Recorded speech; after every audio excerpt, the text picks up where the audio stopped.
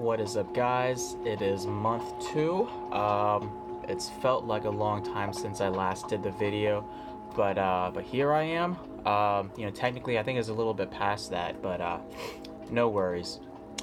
So at this point, I've ever since the last one, I can't remember if my last one was at month 1 or if it was month 1.5, but yeah, I think it was around month 1.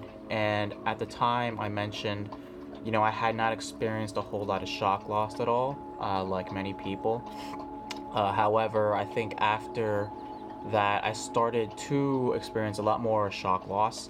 So you can see here in the video, all the transplant sites, majority of the hairs have shedded out. Yeah, but the good news is there are really small baby hairs growing in at the transplant site, so I guess kind of now we play the waiting game. So yeah, kind of at this point, I basically just have what my hair looked like before the op, before the procedure, with a few stubbles on the new transplant site, right?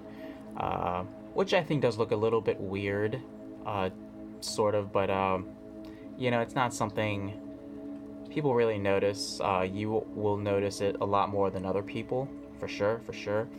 But overall, yeah, right now I just kind of play the waiting game. I think last month I mentioned I started working out again at the gym, lifting heavy weights. I don't know if that has anything to do with the shedding. Maybe, I don't know. But either way, now we just kind of play the waiting game.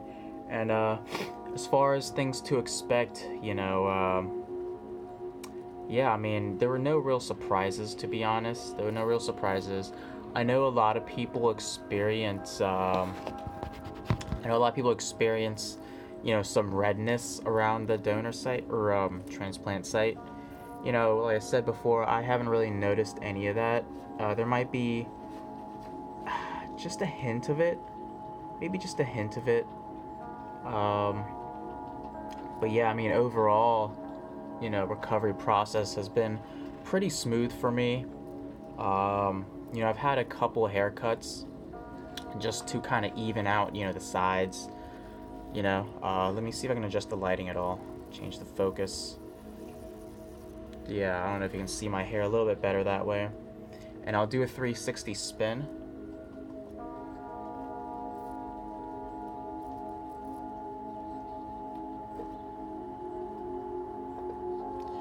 Yeah, so hopefully that gives you a better idea of what the donor site and the transplant site looks like. Things to expect. I think for most people, they start to expect, growth around, 3-month period. So, I guess we'll kind of wait into the end of winter and into the spring and see what type of progress we're making here, right? Overall, it's been a pretty good experience. I typically don't wear my hair like this. Let me adjust the lighting again. I typically don't have my hair like this. I typically have a lot more longer hair. But, it's cool. Just, it's kind of refreshing having, getting used to a different, hairstyle and stuff like that, But yeah, overall good experience. Yeah, I'm going to continue to pump out some videos here. Maybe monthly updates. I don't really see the point in making anything week to week. There's just not that much change. Perhaps if I think of some little tidbit to share to add some value, maybe I'll do a quick thing. But I might just, collect all those into a monthly update and, kind of go from there, right? But anyways, yeah, I mean, that's where we're at. That's the deal. I guess we will, catch you on the next video. And, yeah, if you got any questions, feel free to reach out. I'd love to, dive a little bit deeper into my experiences and all that. All right, guys, have a nice day.